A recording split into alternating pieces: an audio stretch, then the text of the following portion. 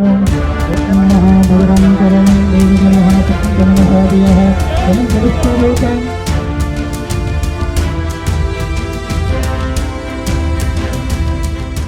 करनाल में भाजपा नेताओं व कार्यकर्ताओं को अब नई सौगात मिली है।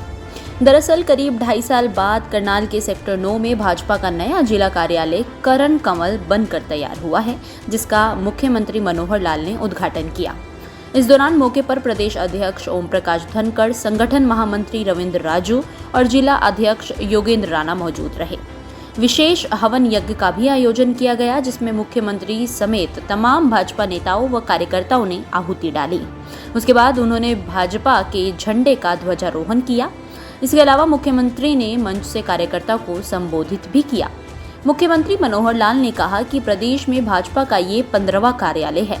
अब पार्टी की हर गतिविधि यहाँ से होगी। पार्टी को और मजबूत बनाने के लिए यहाँ से रणनीति बनाई जाएगी।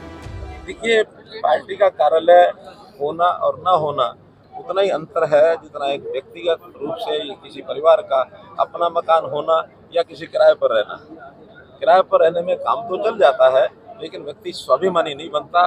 स्वाभिमानी और उसको जो आनंद आता है अपने घर में रहने का, उसी प्रकार का पार्टी के कार्यकर्ताओं को आज ये कार्यालय बनने के बाद मन में निश्चित रूप से उत्साह जागृत होगा कि अपना कार्यालय है, यहीं बैठ करके हम काम करेंगे, जगह जगह। वहीं मुख्यमंत्री मनोहर लाल ने ये भी कहा कि किसी भी गांव में पैसे की कमी के चलते विकास की समस्या नहीं आने देंगे। हमारा जेजेपी पार्टी के साथ सरकार का गठबंधन है, न कि पार्टी का। गठबंधन चुनाव की रणनीति होती है। चुनावों के वक्त इस पर निर्णय लिया जाएगा। जो होगा फैसला आपको बता दिया जाएगा। वहीं उन्होंने भूपेंद्र सिंह हुड्डा पर निशाना साधते हुए कहा कि विपक्ष को पीड़ा हो रही है, क्योंकि उनकी जमीन खिसक चुकी है। हमने गांव में कदम रखा तो उनको घबराहट शुरू हुई। कहीं इस बार उन्हें मुंह की ना खानी पड़े।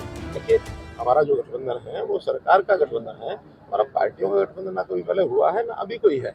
हाँ, आगे चल करके जैसे चुनाव आएंगे, ये सब चुनावी रणनीतिक विषय पे, तो रणनीति के विषय चुनाव के निकट होते जैसा होगा आपको बताएंगे। सर, भूपेंद्र सिंह हुड्डा ने कहा है कि आपको 8 साल के बाद जनसंवाद कार्यक्रम याद आया। देखिए, मुझे उनको कहने की आवश्यकता इसलिए नहीं है कि जो जनसंवाद मैं कर रहा हूँ वो भी कर रहे हैं।